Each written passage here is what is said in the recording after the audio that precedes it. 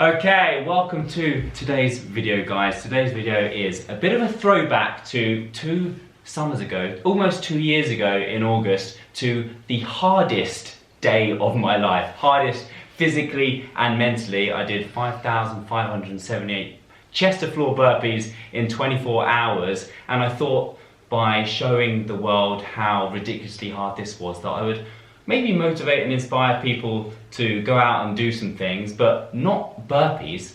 I would have thought it would probably inspire them to never do any burpees again, because I showed how hard it was on my mind and my body.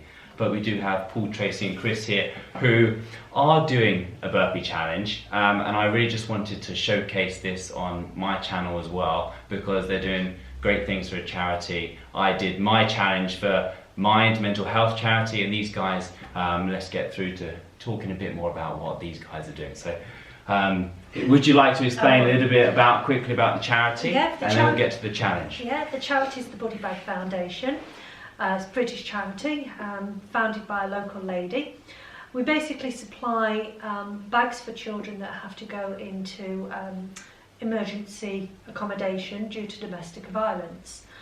In these bags there's essential items from toothbrushes, toiletries, colouring books, pyjamas, underwear. The bags, the ages range from babies up to 16 years old, is that right, Paul? That's correct. And when a child has to go into these emergency care situations, the bags are designed to help them make that transition a lot easier, and also to keep them occupied while mum has to fill out all the paperwork, because there's colouring books in there, teddy bears, so they don't feel Reading books. alone, and it can be frightening moving from a situation from somewhere that you know to somewhere that you don't. Yeah. So it's just making the transition a lot easier for them. An incredible course, thank you. Yeah. And so what about the burpees? How does that tie in, and where did it come from? And what about the numbers and the relevance with that? The burpees came in because, Alex, we watched you. And somehow in my mind, we decided we wanted to do something, and in my mind I flashed back to that period for you and went, let's do burpees. We originally, when we thought it was just the 3 of us, we were starting off with 2,000. And then we got a few others involved, and Buddy Bag are aiming to do their 20,000th bag by the end of the year. So we thought, 20,000 burpees. Yeah.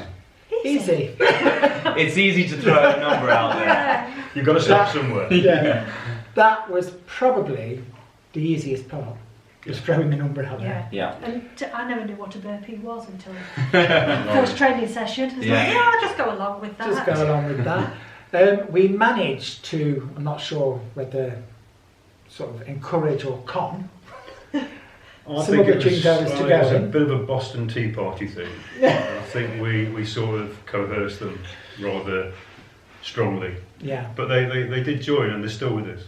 So Good. So you have a little team to try and achieve It's a all those numbers. It's a good Sunday morning training. Yeah. Yeah, we have a good That's time. good. Yeah. Okay, so what about some questions that you have for me? Let's turn this around, and hopefully it helps some of you guys as well, whether you're just enjoying watching, or whether you want to do a challenge yourself, or whether you do any endurance challenge, triathlons, challenges like this, burpees or something else, then hopefully I can give you some advice about the crazy challenge that I did. So any questions, then fire away. First one really is nutrition prior, like the night before, or during even. You know, afterwards, we can deal with afterwards. But, but during the actual time itself, what kind of easy nutritional foods can we get on board quickly that isn't going to affect what we're doing?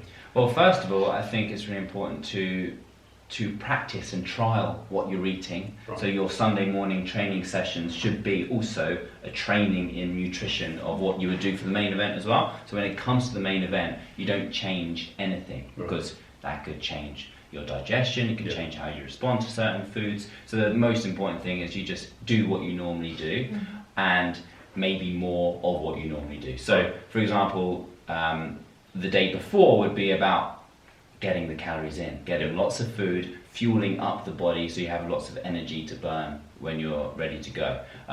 Filling up the glycogen stores, so lots of carbohydrates, and then as you're training, so it's all day long, right? It's like 12 hours. 12 hours. 12 hours. Yeah. Okay, so it's a long day. It's a long day.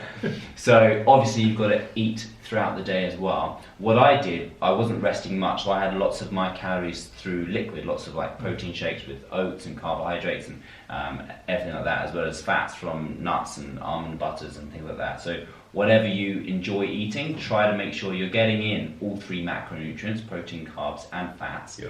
And if you're taking long enough breaks to have solid food, then have solid foods that you're happy and you're normally eating anyway. But if you're doing long periods of burpees over an hour, 2 hours or more, then it might need to be liquid because it's tough to breathe and chew and eat at the same time. And it's got to be a mixture. So carbohydrates, you've got complex carbs and simple carbs, so fast releasing and slow releasing. And it's good to have a bit of both. Obviously, the fast releasing is going to be energy very quickly, so all the sugars. Whereas you want the complex carbs as well, because your event is so long, you want to be having a continuous energy flow throughout. So, those sweet potatoes and oats and things like that, from the breakfast and the day before, but also during the challenge as well. But always having those emergency sugars there throughout the day as well, just when you feel low in energy, you need to pick it back up and keeping on top of that. Cake. Save the cake for the end. Protein bites. Yes, and then it comes to hydration as well. Obviously you want to start as hydrated as possible and keep hydrated, but it's not just about drinking as much water as possible, but also think about what you're losing in your sweat as well from the electrolytes or your salts from your sweat. So when you're drinking, make sure that you're using the electrolyte powders or pills as well at the same time, getting in whether you're literally just having sea salt or you're using one of the pills. Those things will really help for that kind of day to prevent the cramps, prevent the fatigue, and keep the performance up as well, because your body will just pass the water straight through and you're not refueling on the electrolytes. So keep that in mind. Brilliant. Thank you. Yes, anything else? Aches and pains. Yes. As I explained earlier, the majority of our group is older. So we suffer aches and pains as a sign of everyday life, but it's just how you can deal with that. Yesterday we did 2 hours burpees, so we've both got a bit of a sore back this morning. Kind of feeling a small back. So how do you deal with that? Aches and pains during the session or when you finish and recovering from yesterday's, for example? Bit of both really, but mainly when you finish and recovery. It's a big one. So if you're suffering from aches and pains, then some of that is just natural from training really hard, and then you've got to, right from as soon as you finish, think about your recovery right from that very moment. So a cool down and stretching. Burpees are a full body exercise, so it's not about one specific area, but a full body stretch and recovery. Or if you normally suffer in any particular areas, then stretch, like for example your back and your glutes and your hips. I really struggled in my hip flexors, all that driving the knees in. I had to really work on strengthening, but also stretching my hip flexors out. And then just good nutrition, good sleep, all the normal things that help you recover quicker and better. But also your warm-up as well. You were mentioning you're not doing much of a warm-up. I think it's really important that first 5-10 minutes, if you go from nothing to quite a lot, then it can create a bit of an injury or soreness in some areas. So a gradual warm-up and activation of the right muscles. If you've got a sore back, then maybe it'll be a good idea to activate your core, do some planks and core exercises before you get started, glute activation exercises, getting some hip raises as well to get the hip flexors working, all before you go into a full body burpee to start, so then you're pumped and your body is ready to go with those exercises. And then in the days following, get moving, stretch, keep moving, stay hydrated, eat well, and stretch in the tight areas. So just about motivation then, Alex. At some point we know we're going to hit that wall that we don't want to go anymore. What would you suggest to get over that? Well, you're very lucky that two main things. One is you're in a group, and two, you're doing it for a charity. because as soon as you're doing it for something or someone, like I was doing my event for mental health, and through the hours of pain that I was in, I thought, this is just short-term pain compared to somebody who has to live day in, day out in this kind of pain. So doing it for a charity, you have that motivation there the whole time. Just take your mind to, why am I doing this?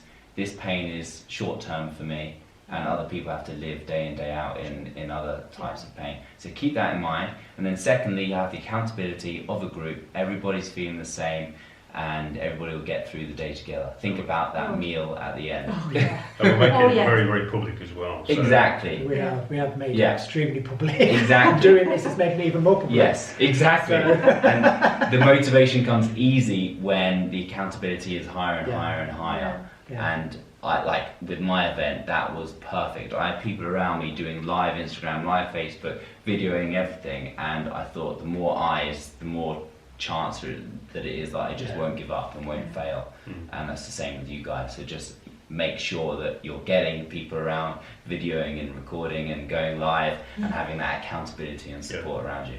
Yeah. Good. I exercise much better if I've got the right kind of music. Yeah. I have to have something that's bumping, quite lively. What would you suggest for playlists? I just thought I'd throw them at you. Well, you said exactly that. You prefer music that you like, so it has to be personal to you and what gets you fired up. I think, like exactly what you said, music is free energy. It creates this vibe inside of you, changes the atmosphere and gets you pumped. But not music that is on rotation every 10 minutes, because then it's going to wind you up. So I would create a few different playlists. It's going to suit all, isn't it, really? It's going to be 10 hours minimum. So it's a diverse group as well, isn't it? We've got our age group, and then we've got people in their 20s. I would ask the whole group to send in like 10 songs or a group of songs that they like, and then just try to fit as many good songs. But like you said, high tempo, high energy, whether that's rock or pop or anything, something that gets that beat going and gets you moving, because that's exactly what I needed as well. All my favourite songs created this new vibe inside of me, so it doesn't matter how fatigued or tired I am, I'm ready to go for the next set. And it also takes my mind back to training as well. So if you can do some training sessions with the playlist, then it will kind of help you, because it takes your mind back to how you might have felt in that training session, and makes you remember the whole journey that you've been on. There you go. Okay. There we go. All right. So can we just mention when the event is and where it's at? Perfect. Go ahead. to the camera. To the camera. So our event is on Sunday the 7th of July. We're starting at 8 o'clock in the morning and aiming to finish at 8 o'clock at night at the latest. And it's at Snap Fitness, which is in Swadlincote. So anybody wants to come and have a look on the day, feel free to come and have a look. And whereabouts in the country is that? It's Derbyshire. Yeah, and if they're not anywhere near Derbyshire, what accounts or channels can they watch anything happening? Your Facebook? It will be Facebook, Instagram. Yeah. And if we can work out how to do a YouTube channel, yes, I'll put all the links in the description below for those links, but also the charity as well. Yeah. So a massive good luck on July the 7th. I'll be watching and feeling the pain with experience. Thank you very much for watching, and thanks for coming. Thank you. Cheers. Thank you. Thank you for having us.